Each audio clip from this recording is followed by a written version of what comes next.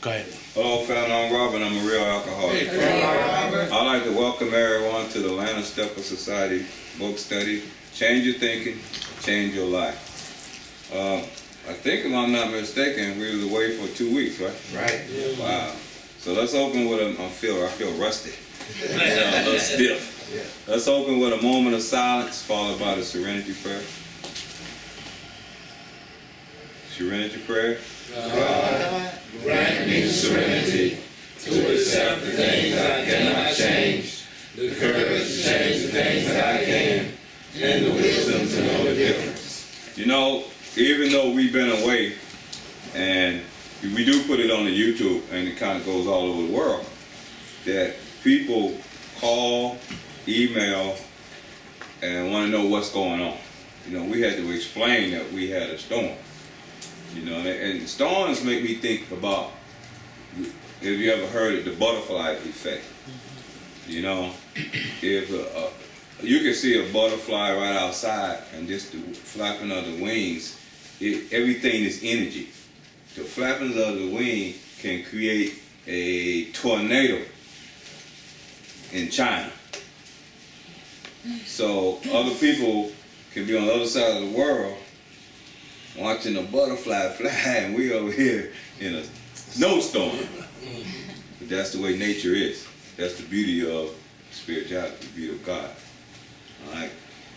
Tonight, we're still going to study the chapter 2 Wise, but it's an honor for me to have, it's a birthday celebration, and to me, it's not a normal celebration. This is not normal, by no means whatsoever. It's exceptional. This is an exceptional small celebration, and what I would like to do is to say that Ethel B has celebrated 1/4 of a century plus one. 26 years of sobriety.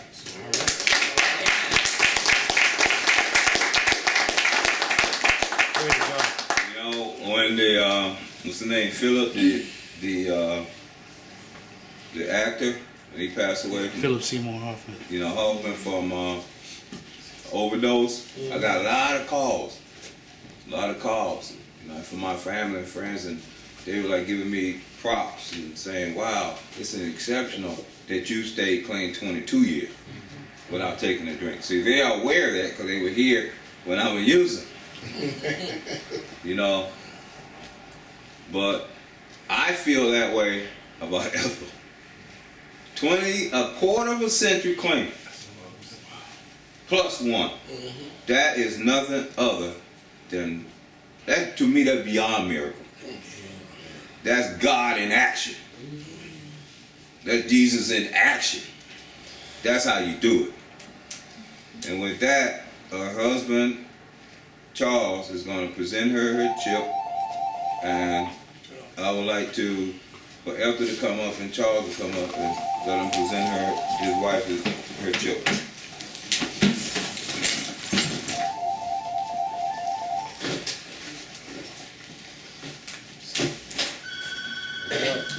I'm Charles, and I am an alcoholic. And it's a pleasure for me to give you this 26 years chill. Because I know you were at the program 21 years, but you've been married to me that long. But even before you met me, you're still working, and I love you. Keep on doing it. All right.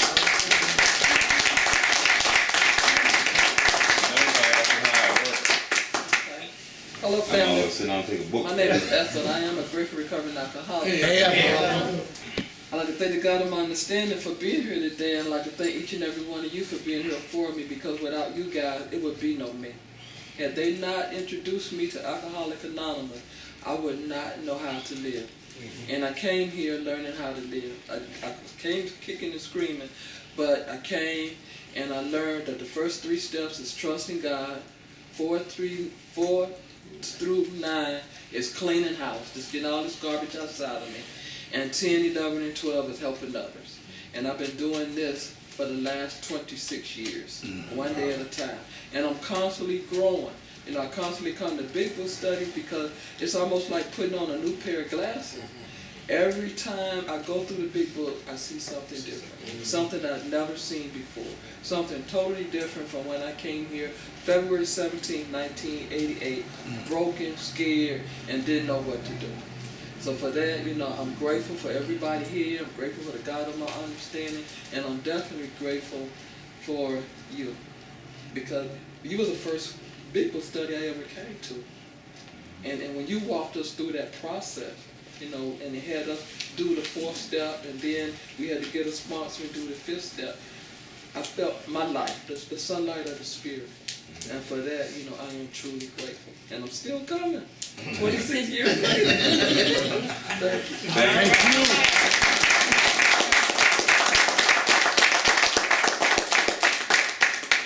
You know, I told y'all that's an honor. I feel the same way. Without this program, I would have been dead. Right? And if I hadn't have been dead, I sure would have been spiritually dead. Because my belief system has totally changed than what I used to believe in. In fact, in a humble way, I feel sorry for people who don't have what we have. I really do. I don't boast it no more. I don't beat them up because they don't have it no more. I'm saying no more. But it is the most rewarding thing that I can ever think of. There's nothing better than our spiritual program on this planet. Yeah. On this planet. Nothing can touch it. If you work it, you'll know what I'm talking about. If you don't work it, you still gonna know what I'm talking about. This is the best thing out. And I've been listening and hearing. I guess I've been like, I don't know the proper terminology for it. Maybe somebody can help me. I guess it's discernment. I'm hearing us, you know, what we do in our rooms, branching out everywhere now. I hear it in businesses. I hear it in churches. You know, I hear it in just general conversation. I hear it in the grocery store. People are really taking a shift now to look inside themselves for a power that's greater than them. I'm so radical about looking inside myself that if I think it's outside of me, I'm serving the wrong God.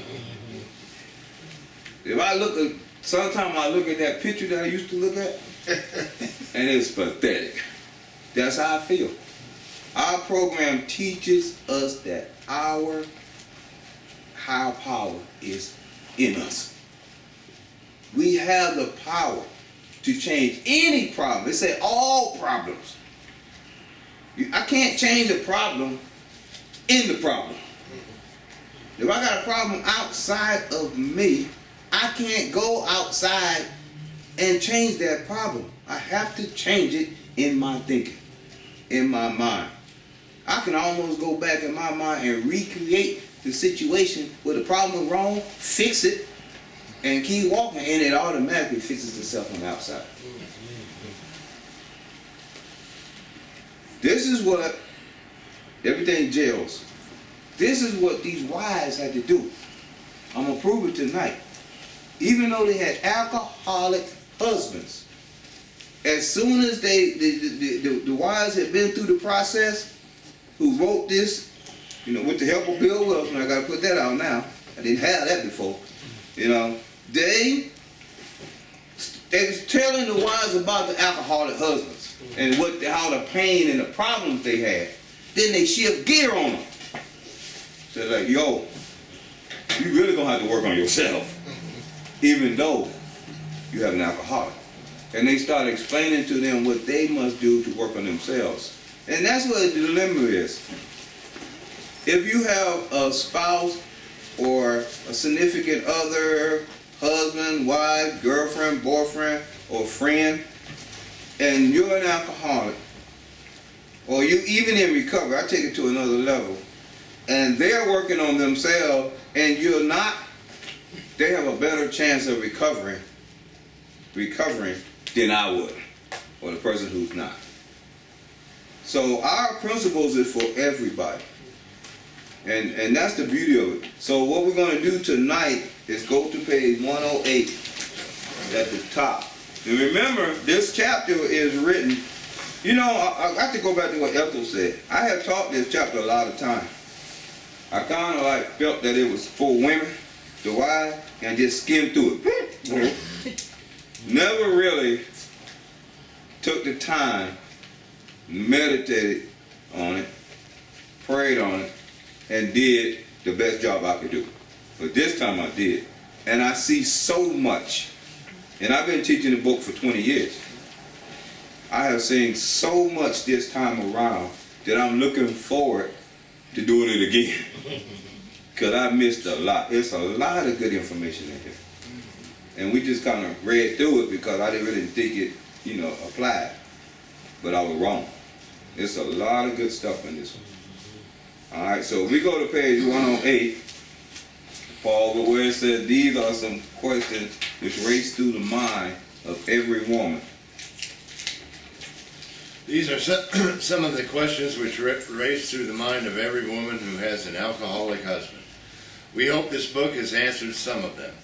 Perhaps your husband has been living in that strange world of alcoholism where everything is distorted and exaggerated. You can see that he really does love you with his better self. Of course, there is such a thing as incompatibility, but in nearly every instance, the alcoholic only seems to be unloving and inconsiderate. It is usually because he is warped and sickened that he says and does these appalling things. Today, most of our men are better husbands and fathers than ever before. All right, that's kind of deep to me. These are some of the questions which race through the mind of every woman who has an alcoholic husband. I hear this a lot when after we have this meeting, and then there's one in our fellowship who was married to an alcoholic female, and he always share about how he can really identify with what these women are going through because he had the experience of being clean and sober, watching his wife be an alcoholic. Now, see, me myself personally, since I've been clean and sober, I try to be around clean and sober people, you know, and so I haven't had that type of experience. But I can easily flip it to me, you know. But to me, it's kind of rewarding to hear someone else share their experience from the same position that the women are in our group. All right? And it says that right here that we hope this book has answered some of them. Some of the questions that came up, they're saying we hope this book has answered some of them. And that makes me think that, okay, the women who are not alcoholics are married to alcoholic men, and there's a few women in that situation too, that read the book. They read the book. Because you cannot say, we hope this book has answered some of the questions that's coming to your mind, so that means they read the book. And I think the sadness of the story is, I see a lot of alcoholics that's in recovery that has not read the book. People who are not alcoholic read the book. Alcoholics go around about their life looking for a job or a relationship. They ain't looking to read no book and study no book. They're on the wrong track. Any man or woman that's seeking shelter or financial stability before conquering alcohol is on the wrong track. I see that often. You from your 18th birthday to your 40th year alive, from 18 to 40, you never made no more than $10 an hour. You get a recovery and you spent every dime you made. You get a recovery and I want a job. For what? The last 30 years ain't been for what to me? You know, for what? That's insane. Why don't you get you some recovery and make some creative and be better than where you just came from for the last 20 years. That's my point. And that's what the book is saying. Get some spirituality. Don't worry about money. The highest you ever got with $10, that's not a problem to get again. You know, Obama did raise it to $10 anyway. You know, get recovery. That's kind of funny, but you know, read the book. Perhaps your husband has been living in that strange world of alcoholism where everything is distorted and exaggerated. You know, we all been there. I gave the story about how I was homeless and I was distorted and exaggerated. In my mind, by being a homeless man, I used to eat out the dumpsters. And I used to go to the dumpsters like Hooters or go up to Houston's. Houston's is a place I like to eat. And I would go behind it because I knew they threw away steaks and potatoes and all that. And I would gather it out the dumpster. Church's chicken. When they fry the chicken, they serve the chicken but that crackling. That be down in the bottom when they do this, that's some good eating. I mean, seriously, that's some good eating. To this day, I see a Popeye chicken, I just take the skin off. That's some good eating. And they take that stuff and they put it in double black bag and throw it in the dumpster. And I get it. And I will eat it. And I'm not encouraging it. But that's distorted. Now the exaggerated part is I would tell myself and others around me what we got it going on. We getting this for free. And them fools paying for it. They go and need a 5-course meal and they have to pay for it. That is so crazy when they can come in and dump it with us and get it for free. That's how I used to think. That's what they're talking about. There's a whole world of that thinking. That's just one itty bitty scenario. Y'all know that's a whole lifestyle. You know, and I tell people that you know, a lot of times, Wayne and I, we deal with a lot of professional people who give out money for grants and stuff like that, and they ask your opinions and stuff. And one of my main things is to tell people who donate to organizations and do stuff like that, that homelessness, see, they think that homeless, they just kind of have this perception. It's changing though. It's really changing now. That all a homeless man or woman need is a place to stay. And even they would admit, get them off drugs too. But they have failed to really grasp the concept that homelessness itself is a addiction. Not only are we addicted to substance abuse, we're addicted to being homeless. That's right. People get off drugs, 10 years clean, walking around with a rucksack on, going to a shelter. Addicted to that. So it's going to take more than just that. You got to address that too. That makes sense? Then it goes on to say that you can see that he really does love you with his better self. In the midst of all this insanity that's going on, deep down in every man, woman, and child is the Spirit of God, love. Deep down. You could take the worst alcoholic and you can sit that alcoholic down or give him a puppy in the midst of his insanity and he can still love that dog. He still love his grandma. It's in us. In fact, it's in us from the beginning. It's in us so deep that that's all we had that was real. The only thing that existed in us, in me, was that love. Now, I was too stupid enough to realize it. But now that I look back, that's the only thing ever living. But the love in me, the spirit that was in me, everything about me was gone. All I had was that spirit. And I look back, and it guided me and got me out of situations that I thought I was getting myself out of. I've been in situations where two people get killed in front of me, and the man had the gun. He just looked at me and smiled and put the gun down and walked away. It wasn't me that kept me alive.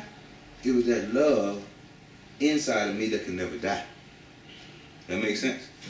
We all have this. That's in the deep down in every man, woman, and child.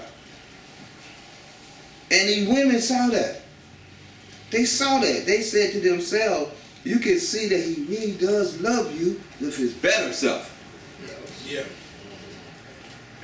The only thing that was better about me had to be the God inside of me. Because it wasn't Robert. In fact, my name wasn't even Robert. It was Greg.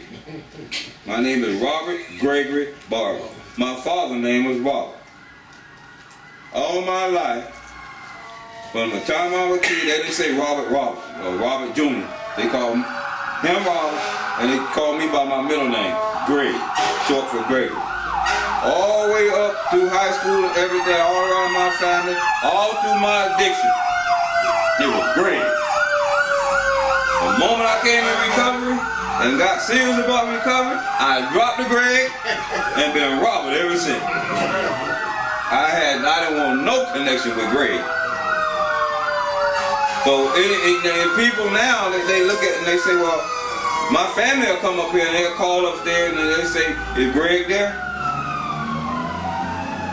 They say, is Greg there? And the guy be saying, we don't have no Greg work here. Yes, you do. He on the place. You know? But they don't know. That's what my relative called me. Yeah. I had to let that go. I couldn't identify with Greg. That makes sense? Mm-hmm. I feel like I was reborn. Wasn't no Greg. He dead. He gone.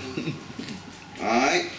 It says that, of course, there is such a thing as incompatibility. We're going to get to that later. But in nearly every instance, the alcoholic only seems to be unloving. You're not really unloving. You just seem to be that way. You know, right? And inconsiderate. It is usually because he is warped and sickened that he says and does these appalling things. After we do so much stupid stuff, we become stupid. Stupid becomes a lifestyle for us.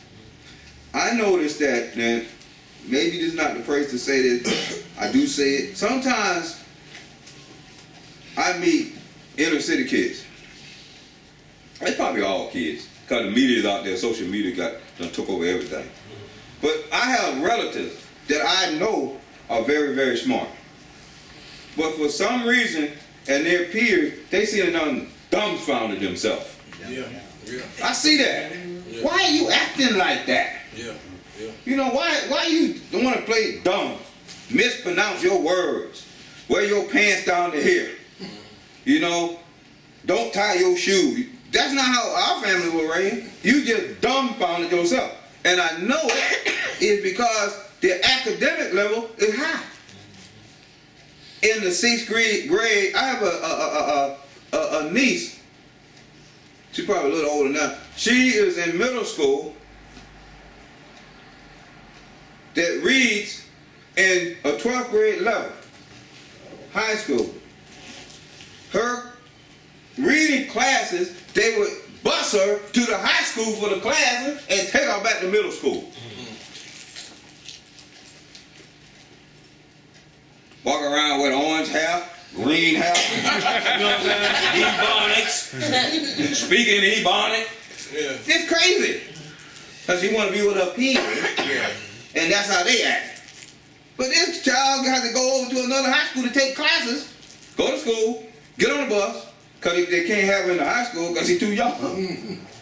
Send her to classes with her about 5 more kids, and then take her home, take her back to the class, then she go home. But she would dumbfound herself. Is that a good word? You know, dumb down. Dumb down in herself to build up here. And guess what's going to win in the end? The dumb down is going to win. And that's what we did. We wasn't always warped and distorted people. Once we start hitting them streets and drinking with them kind of people, because most of us started drinking in social clubs and, you know what I'm saying, at home and party, you know, like we're going to be in here like number 1. And then we dumbfounded down to number 29, you know, somewhere. But that's the principle. The principle is we act and got distorted, warped, sickened. You know, and them habits stick with us and then it become a lifestyle. Alright. No, let's go back up here. Today, this is what I like. Today, most of our men are better husbands and fathers than ever before. Check this out. It's kind of like, today I know I'm a better husband than I was in my first marriage. That's 100% straight. I know that. It's kind of like, if you're a grandparent like me, I'm a better grandfather than I ever was a father. It's like a second chance. You know what I'm saying? I kind of messed that father thing up. I was young anyway and stupid. Dumbbound. You know? But I've been a grandfather my entire recovery life. You know, none of my grandkids ever seen me take a drink. They don't even know Greg. See, they wasn't born in the Greg era. They have no clue. So I'm a better grandfather than I was a father. But not only that, prior to me coming to this program, that's why I love this program. You know, I'm so radical about this program. When we have clients come into our program and they lie right here on the sheet that they don't went to a meeting, didn't go, they got to go. I throw them out. Don't lie on recovery. You can lie on anything you want, but you don't lie. I'm not going to allow you to lie on the recovery to me, because I know what recovery do for people. I know what this program does for people. You know, and I know what I had in my 3 daughters, they're grown now. I was able to instill in them these 12 steps that y'all gave me. I was able to pass them on to them. See, our program is still contagious. If you do this program in your life and take it home to your family, you don't have to promote it. It will pass on to them. I hear my daughters on the phone when they were teenagers and stuff like that. You sound like you got a resentment. You know what I'm saying? Yes, it does it. One day at a time. You know, they were catching it on. They were catching it. You know, I didn't have to promote. They were hearing it. You sound like, what island program you working? You know, I was hearing this stuff, right? And then, like Ethel said, as I kept studying, my spirituality kept growing. I kept growing. One of the most beautiful things now that I could do for my daughter, and all my daughters are very successful. They took success out the box when it comes to our family. They, you know, they're nowhere near the tribe. You know, we all go to the tribe. In the nest, they way out the tribe. You know, and they all 3 of them understand that the power of God is in them. All 3 of them know how to go inside where God is in the mind and create what they want, impregnate the ideal in their mind, and allow it to manifest in their life. They know how to do this. They've been taught that. They know how to, if you have a desire, whatever the desire is, I taught them how to, before they go to sleep at night, whatever they want to be, become it. Become it. Don't ask where it's at. Be it. Become what you want to become. Assume the feeling. Feel like you got it.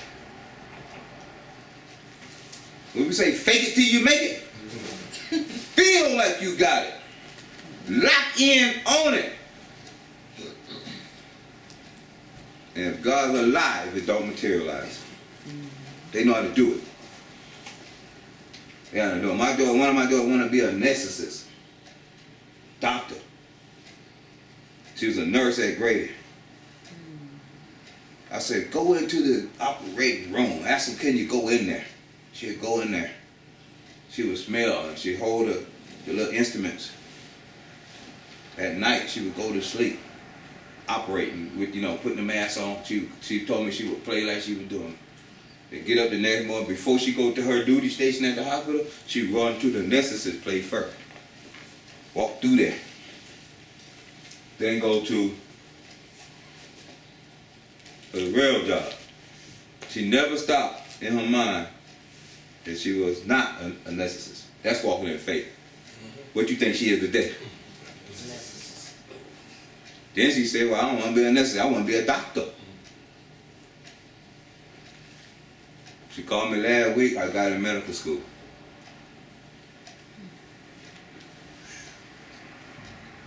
Suppose you just want to be clean and sober. Stop acting like a drunk. Stop trying to calm everybody in meetings. If you don't know, get a sponsor. Ask questions. See, in the spiritual world, it's not about intellect. It's not about knowledge. It's not about math. It's about applying the principles. Do it. You got to practice this stuff until you get good at it. That makes sense? You can read this book all day. I know people know this book better than me. I wouldn't walk across the street with them. I'm telling you what I know. It's like you can take a college grad. This is how different spirituality is with experience. They give you experience, strength, and hope. You can take a college grad. Let's take a swimming class. Just a basic swimming class. Freestyle, backstroke, butterfly, whatever. You know what I'm saying? You can give a college grad a manual on how to swim. To study this for a year. You can take a little 5-year-old kid, give him a week lesson, and put him in the pool and let him start swimming for a year. Get the college grad back, and now the 6-year-old kid, and tell the college, let's flip position. College grad, to study the manual for a year, get in that pool and start swimming. Can't swim a lick. Got all the knowledge on how to do it. He don't study the book. He know all the adverbs. He know how many muscles in it. 78, 122. You know? Know all that stuff. Inside joke for people like that. He tell me muscles in the book and everything. Can't do no steps. Never did a 4-step. Never worked on himself. Elder said a mom for when she said she had grown so much because she works on herself. Yeah. That's the difference. That's the difference. And that's how we become better husbands, better wives, better employees, better productive members of society, because we work on ourselves. Can you imagine if there's 7 billion people on the planet and all you're doing is judging them? Fault finding them? That's plain uncut insanity, man. Work on yourself. Improve yourself. And your life will change. And change the people around you. Alright. So we are better husbands and better fathers than before. I can honestly, adhere to that. Try not to. Okay. Try not to condemn your alcoholic husband no matter what he says or does. He is just another very sick, unreasonable person. Treat him when you can as though he had pneumonia. When he angers you, remember that he is very ill. Alright. They say try not to condemn. To condemn someone is to say in a strong and definite way that something or someone is wrong.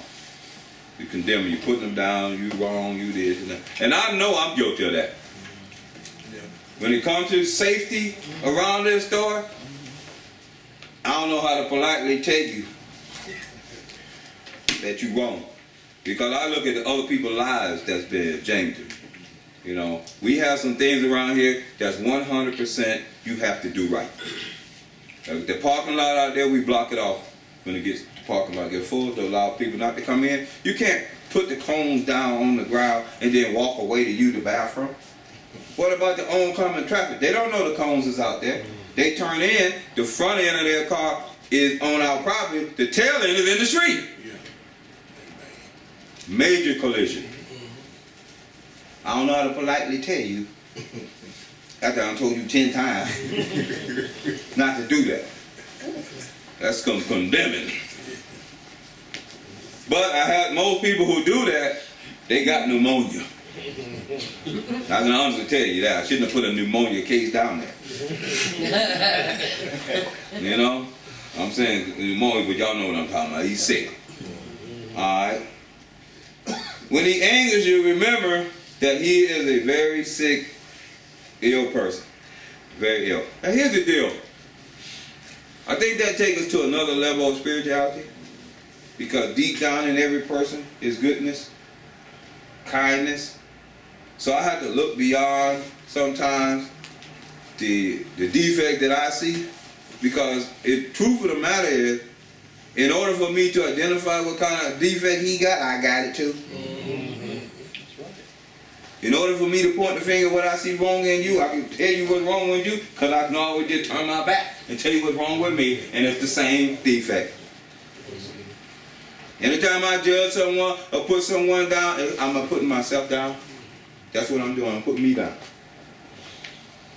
There's nothing that can come out of my mind that I don't possess. It has to start in the source. That kind of makes sense. If I can say it, if I can judge it, I'm the source. It's all me. It ain't the other person. It's my defects in me. If I'm condemning someone, it's because I'm condemning myself. It's me. I'm worrying about somebody doing a parking lot. Hell, they told me over there, open up a bank account over here. Your business, we give you the big old parking lot. I walk around too prideful. I don't have to do that. I can have 2 parking lots. I don't have to put nobody down there. You know what I'm saying? There's a solution to everything. But if I have to dumb down myself, then that's what I get. That makes sense? There's a solution to everything. The next one. There is. There is an important exception to the foregoing. We realize some men are thoroughly bad intentioned, that no amount of patience will make any difference. An alcoholic of this temperament may be quick to use this chapter as a club over your head. Don't let him get away with it. If you are positive he is one of this type, you may feel you had better leave. Is it right to let him ruin your life and the lives of your children? Especially when he has before him a way to stop his drinking and abuse if he really wants to pay the price. You know, that should be the motto or the slogan in every treatment facility. That bad apple should go. But they can tear up something. It says, there is an important exception to the foregoing, paragraph before. We realize some men are thoroughly bad intentioned, that no amount of patience will make any difference. There's some bad people out here, y'all.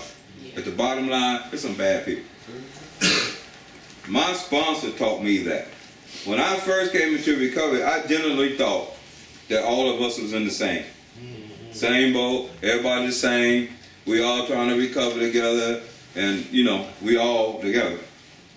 And I started seeing other people that didn't do and think like I did when it came to recovery. He told me straight up, you better stop focusing on them. But some people out here, it's not about no recovery. And he was right. Everybody here ain't for the same reason I'm here. Alright? Then it says, and some women in this incident would just marry a bad man. Ain't nothing you can say about that. They were just bad. Alright? And it says that with no amount of patience will make any difference. An alcoholic of this temperament may be quick to use this chapter, the chapter to the wise, as a club to beat over your head. He tell you, well, you know, I'm sick. You know what I'm saying? You supposed to be patient. I'm an alcoholic. You know, and then, you know, try to put you in a victim role or something. You know, don't let him get away with it. If you are positive he is one of this type, you may feel you had better leave. My first experience, I was talking with my cousin not too long ago about this. When I think I had about two years clean. And I was really, really into the steps, you know, like working the steps. I was into working the steps. And that's all, when you really working the step, that's all you really talk about is step work. You know, I was so bad that people would say hello to me, I said, what step you on? You know, I was just like really, really, I don't know, a book thumper. Because it was just new, and it was making more sense than anything I ever done in my life. All the college, all the military, none of that made no sense. But this did. I was just going through the motions there. This made sense to me. It reminded me of what Ray Charles said about music. When he was a little boy, even though he was blind, when he put his hands on them keys, it just made sense. It opened up a world of making awareness. Just makes sense. The 12 steps is like the keys to me on the piano. That's my music. These 12 steps is my music. The spirituality, the spiritual program is me. It's my music. It's me. That makes sense? Yeah. So, my sister had a daycare center. And it was a huge one. And all the people in the city, they had like a daycare owners convention. They had a motivational speaker. And there was a guy there, and she went to this convention, and he was telling them that he used to be an addict, and he went to jail. He ended up killing somebody. He went to jail, and he got saved in jail, and he was an addict, and he got an early release. You know, he did some time, and he came out, and now he's a preacher at own daycare centers, like in Florida or something. And she was so, because she knew about me, you know, from being around me a lot, and she wanted me to meet him. Just true story. And I wasn't going to do it, but I'm going to do it anyway. That's all right, I'm going to save people's lives. So, she had this dinner in her house. And she had, you know, elaborate house, like the ones you see on the Housewives and stuff like that. So they had a long table. I'm on one end, he's on the other end. So we eating and everything, and he know that I'm in recovery. He know about recovery too. You know, he knows about, he's a preacher. So he finally gets up enough courage to ask me about my life. He says, I hear you're in recovery. I said, yeah. He said, great. He said, I'm a preacher. I said, okay, great. I said, I got a little soul, a little stiff though. You know? So he talking. He says, I went to prison for a bad thing I did, a bad judgment, being at the wrong time, and I ended up hurting somebody, taking their life. I said, yeah. He said, how much prison time you do? I said, 2 days. He said, 2 days? I said, yeah. I opened a beer when I was getting high, and when I popped the beer, I seen half black and half white. He said, what are you talking about? I said, in a police car. In Atlanta, you can't drink with no damn police car. But right outside the liquor store, you got to be so many feet away from the liquor store. The police said, I don't believe you did that.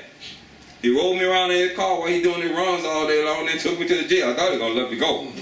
You know, they 8 hours in the car. I thought we were buddies. You know what I'm saying? I thought we were buddies. I'm going home. Shit, he locked my ass up with a duty phone. You know? So it was like Friday, I got out Monday morning. So I was there 2 days. Yeah. He said, I just don't believe you only get 2 days and you said you was out there like that. He said, I don't believe that. He said, everybody I know did years and that. I said, not everybody don't know. I just like the guy, get high. I said, Pastor, no disrespect. I didn't know better then, so I said, no disrespect. No disrespect. The difference between me and you, this is the first time I ever said, you was a criminal. And I wasn't. I wasn't trying to kill nobody or take no old lady, breaking nobody's house, rob nobody. That wasn't me. I just wanted to get high. I love doing drugs and alcohol. That was my crime. I loved it. I wasn't no sad drunk. I like being drunk. It was just tearing my life up. But I ain't gonna sit here and tell y'all I didn't like it. That's a lie. The more I get, the happier I was. I wasn't trying to rob and all that. I wait till you rob and come and get happy with you.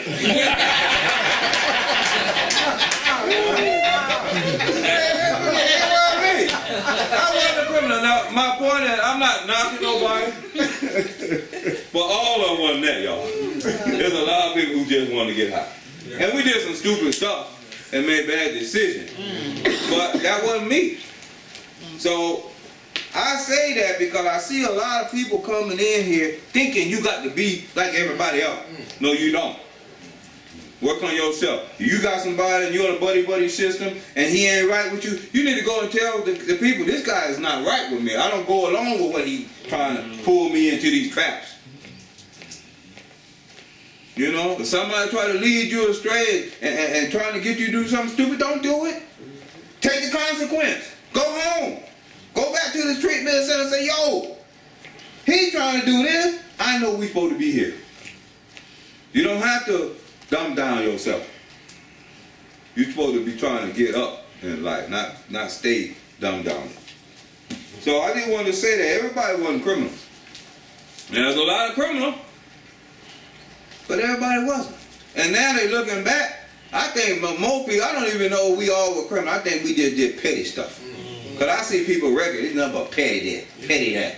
Get caught with 2 joints. Only reason you went to jail because you didn't shut your mouth. You know, got that alcoholic tongue. Yeah. You know, talk yourself into jail. You know. So it says, it is right to let him. Now then they ask this question about these bad intentioned people. Is it right to let him ruin your life and the lives of your children? No.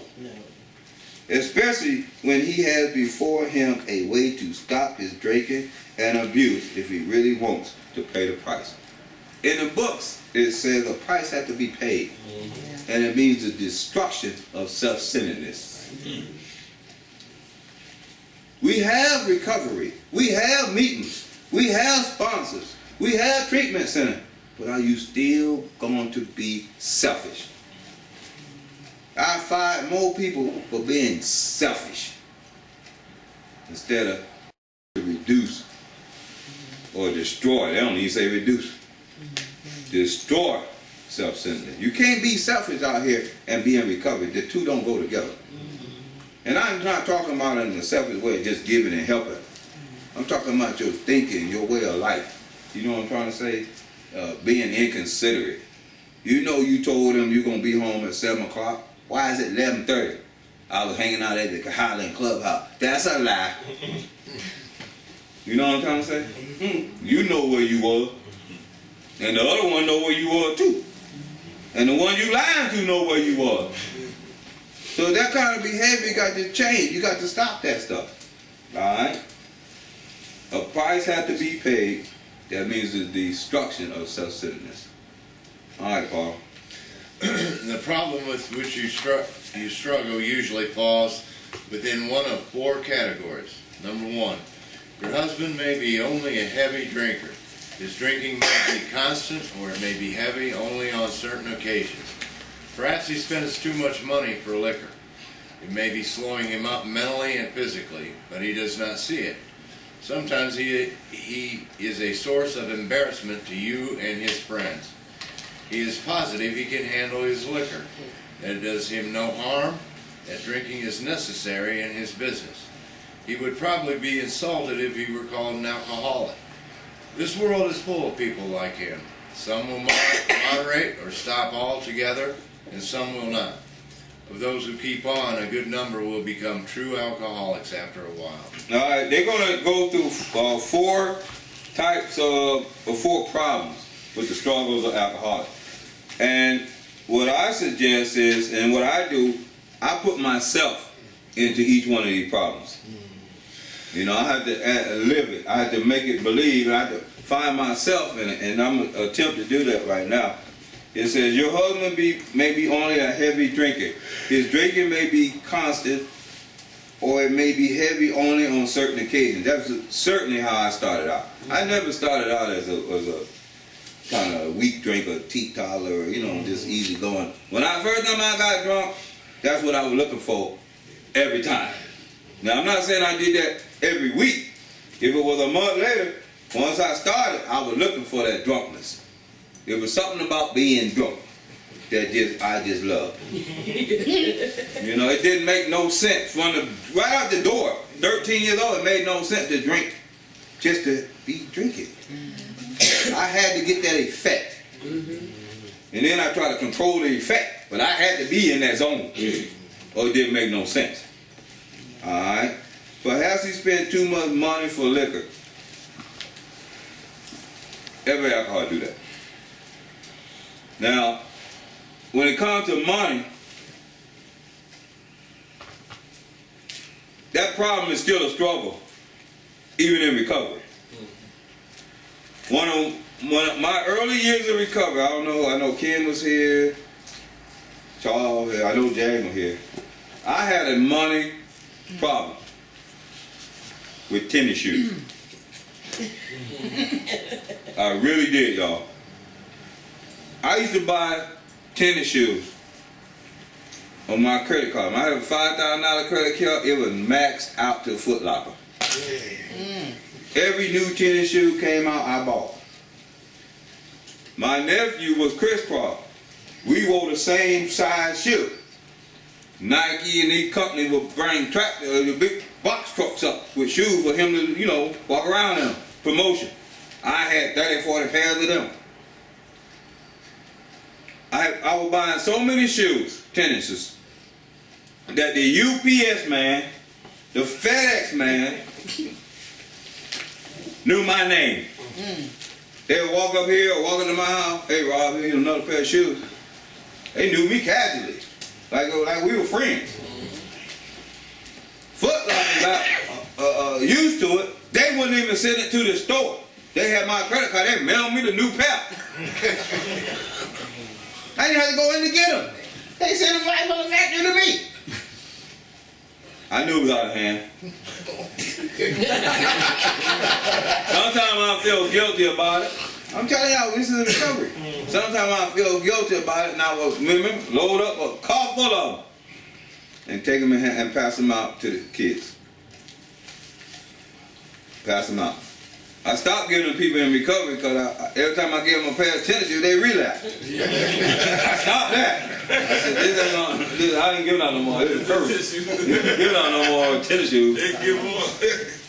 One day, my wife complained about it. I rationalized and this and that. And my thing, that's what I used to tell my wife, to kind of, you know, get that anger off of her, is that I was a homeless man. And I refuse to have stinking feet or bad shoes anymore. So every part is the truth, but you don't have to spend $5,000 on no tennis shoes. Let me tell you what happened. It broke me out of that. I knew I had to change, but I had all these thoughts connected to keep using. You know, it was like a drug. We had some people out for a holiday. I forget what it was. And they was saying, it smelled like a rubber factory in here. See, all my shoes were downstairs, all over the place. I had so many shoes that it smelled like rubber in my house. I said, this is a problem here. Smelled like brand new shoes, you know, like a new car or something. It smelled like rubber. I cut the credit card up, start paying my bill, and start getting rid of them shoes. Today, I was successful with it. Today, I only wear like two. You know what I'm trying to say? One to wear at work, and one when I'm going out. 2 pairs of shoes. And then I had to go buy me some more, like tomorrow. Because I just donated one, so I need another pair. And I take the one that I had that was good, I start wearing it to work, and put the other one up. That's how far I came on working on myself. I had another guy I sponsored. He was about $100 a week on bubble gum. Chewing bubble gum. $100 a week. Bubble gum. I see a lot of people shaking their head. I don't even want to go into sex and all that other stuff. I don't even want to go into no bad habit. But we do spend a lot of money. It may be slowing him up mentally and physically, but he does not see it. Sometimes he is a source of embarrassment to you and his friends. He is positive that he can handle his liquor, that it does not harm him, that drinking is necessary in his business. I want to tell you about me and business drinking. My first real job was the military. And when I went in the military, you wasn't a soldier unless you were good and drunk. They promoted drinking then. You better not do it now. DUI, and when I went in the military, in the early age, was just a slap on the hand. Didn't mean nothing. They changed that today. In order to be going to a new unit, in order to be initiated, you had to throw up. Remember that some soldiers know that. The old time soldiers, that's what we did. They promoted it. They promoted it so well that in our barracks, where they had Coke machine, right next to the Coke machine was the beer machine. They had beer machines, y'all, where you put money in, 50 cents, Budweiser, Miller, am I right? We had beer machines in the barracks. And forget about going somewhere like Korea. Something like that whole tour in Korea, well, the day you got on the ground to the day you left, you was totally drunk. Never drawing a sober bro. Have anybody been? That's true. That's why you go over there to get drunk. You're away from your family and you're over there, you go good and drunk. That's what it was then. So I know about drinking, and my wife say, why you drink so much? Because I'm a soldier. That's what we supposed to do. That's what I thought. And yeah, you were forced to get up and do your PT and all that. Our whole platoon, when we was to run in the morning, smelled like vomit. All of us. Everybody thought it. We rocking, and you're supposed to be standing at the attention, be like this. But that, I mean, that's what it was. But they got rid of that. When I was getting out, that's why I had to get out. They said, no more drinking. I said, well, I got to go. They thought locking people up, taking people rank for that alcohol. I said, well, this ain't the place for me. And they said that he would probably be insulted, he would call an alcoholic. I was a commander. Alright, and I was the brigade alcohol officer. The alcohol, I was the council people that they gave me a book to read on alcohol and all the effects it had. It wasn't AA, wasn't nothing spiritual. I just learned it. I go get me a drink in the morning before I come to work, and I had to line all the soldiers up that been out the weekend, you know, they got drunk and DUIs and all that kind of stuff, and bring them in my office and counsel them.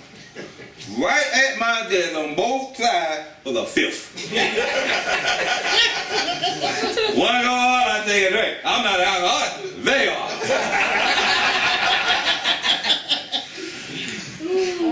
That's how I saw it. I'm not the alcoholic. Them ones out there got the DUI. I walk to work. I live here in the gas station of my company. You know? Yeah, that's some sick shit, though. But here it is. It says, this world is full of people like him, like me. His boss is sitting up there telling people, don't drink, don't do, and lit up. Some will moderate or some will stop altogether. Some will not. I'm on the will not. For those who keep on, a good number will become true alcoholics after a while. That's me. I wasn't going to stop. I didn't have a problem. Y'all did. We're going to stop here, but I want to thank y'all for a good meeting.